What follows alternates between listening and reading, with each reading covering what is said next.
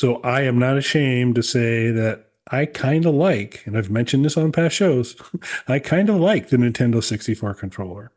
Where are you at kind of how to in the pantheon of controllers? Is this at the absolute bottom for you, middle, or top of the pack? It's not at the bottom because the Atari Jaguar controller exists.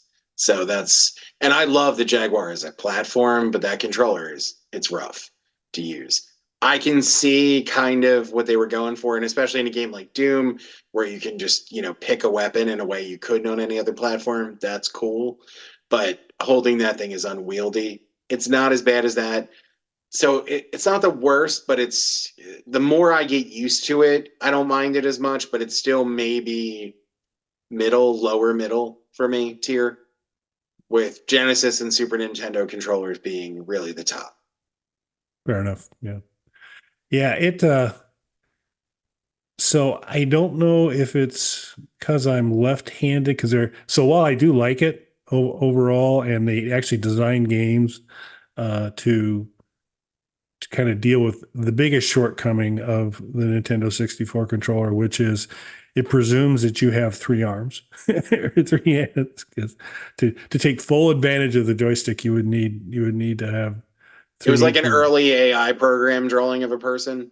Yeah, yeah, definitely. And I mean, so by and large, the D-pad, and so we've included a video of someone else kind of talking through a lot of um, quasi technical details on the rationale why on some of the things.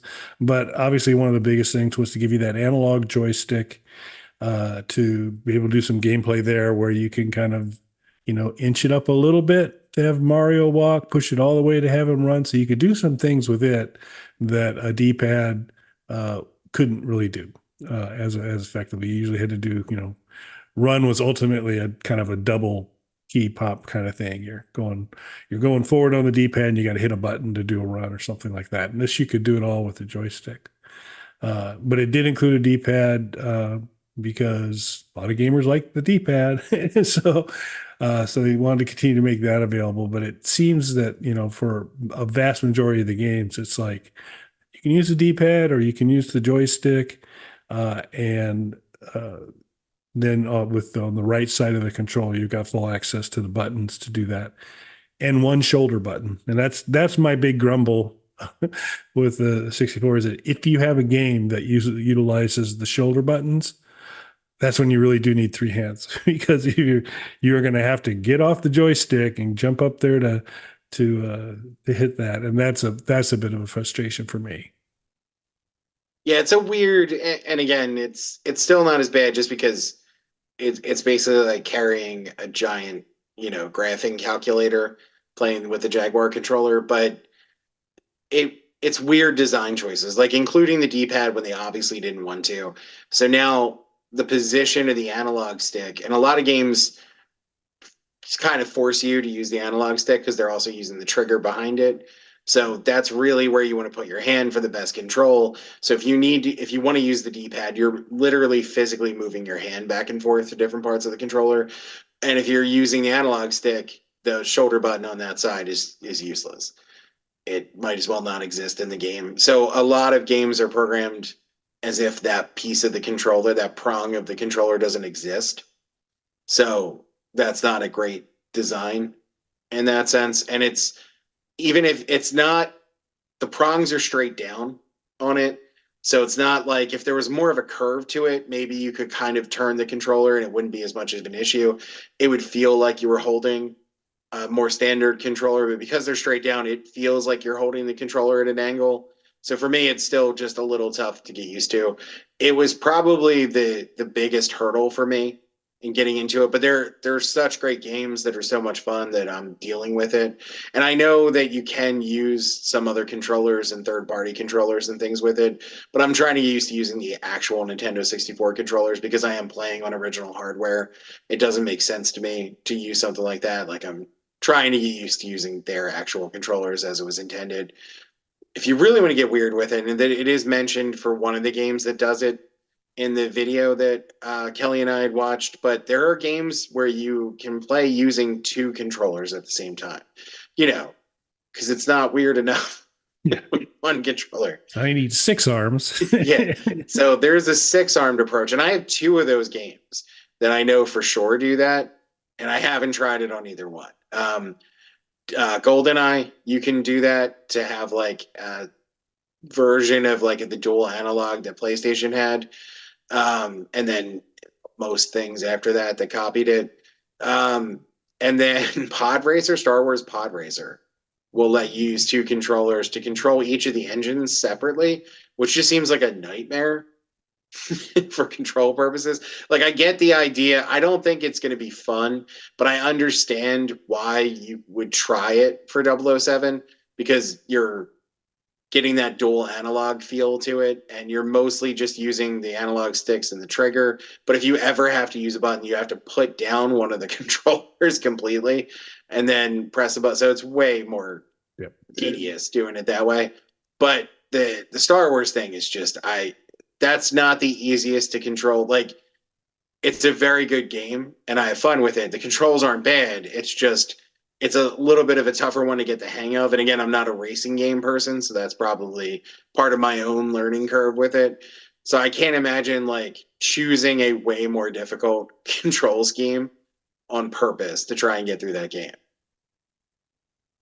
Yeah, and as mentioned on previous shows, I'm an overcorrector, a pretty significant one.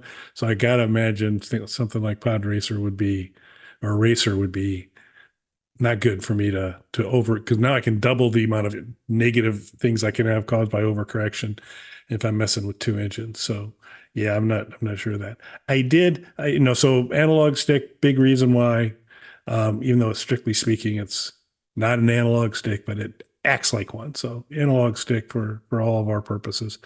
But it's really the only controller for a gaming console that put the trigger underneath the controller, because you can kind of hold the controller like a pistol a little bit, and so the trigger, so it's kind of a true place. It's a good place for a trigger to be, a logical place for a trigger to be. So I think that's pretty cool. And I don't think any other controller has done that.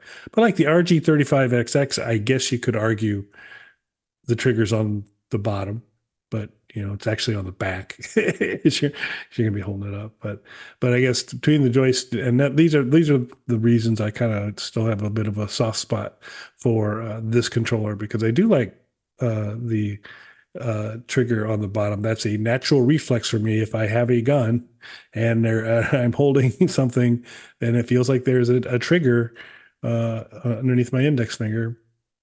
That's good. That helps. That helps me not have to remember, is it the A button or the B button again, which I'm getting really burned in a lot of Doom games, because as you jump platforms, things change sometimes in terms of what the action button is versus the fire button. And there's a lot of rough starts for me as I start in, I have one mindset when I go into the level. And then I realize, oh, I'm thinking about the controllers for the 35XX instead of for the Raspberry Pi or for the Nintendo 64. So That's been hitting me with Doom lately because I've been playing a lot of PlayStation Doom because that's new to me, the PlayStation Doom games.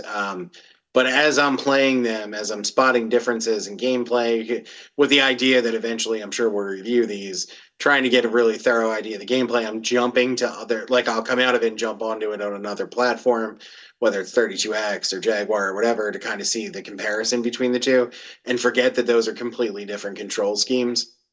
So that's become a difficult thing yeah, for me. it makes the start a little rough. Yeah.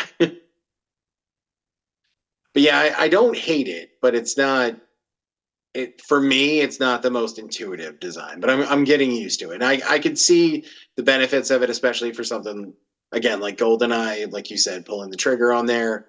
I do think they streamlined it a little bit better with the Wii because that you could hold, gun style pointed at the TV and pull the trigger that way. So without, with just Yeah. having the one remote that you're holding. Okay, yeah, that's fair. And that would be the other controller with a bottom mounted trigger. So yeah, that was a little better. And um, you don't need, you need one hand to play the Wii. So we just The Wii is essentially the Wii controller when you have the remote and the nunchuck. it's essentially a Nintendo 64 controller that you broke in half so that you could hold the analog stick separately. That's fair. But you don't have to drop the nunchuck to reach over to hit a button. Right. Yeah, it's almost like somebody in Nintendo was sitting there like, this would be so much better if I just sawed this controller in half. It was like, wait a minute. This works a lot better. Yeah. So as Mike mentioned a bit ago, he doesn't hate it. And so if you didn't hate this, maybe you want to subscribe to the Buck Panda YouTube channel. Go ahead and do that and hit that bell so you know when new content comes out. New content that comes out daily is the world's shortest podcast, Hard No. So they're available free with your free subscription. So check that out. No episode longer than a minute because it's not as short if it's longer than a minute, as I found out the other day. I had to go back and do some re-editing to get things tightened down. We had a very robust conversation on one of our recent Hard Nos that went over almost to a minute. Well, went just over a minute, actually. So that's been fixed. And then maybe I'll create a t-shirt explaining that whole thing I just talked about. And we'll put it on our merch store. And because it was so fascinating, you can buy that t-shirt and wear it around. That, along with our RIP Booty Dust merchandise, flying off the shelves. Okay. Boy, I tell you, I got to be using that Y counter a lot lately. So, well, thanks for watching, everybody. Thanks, everybody.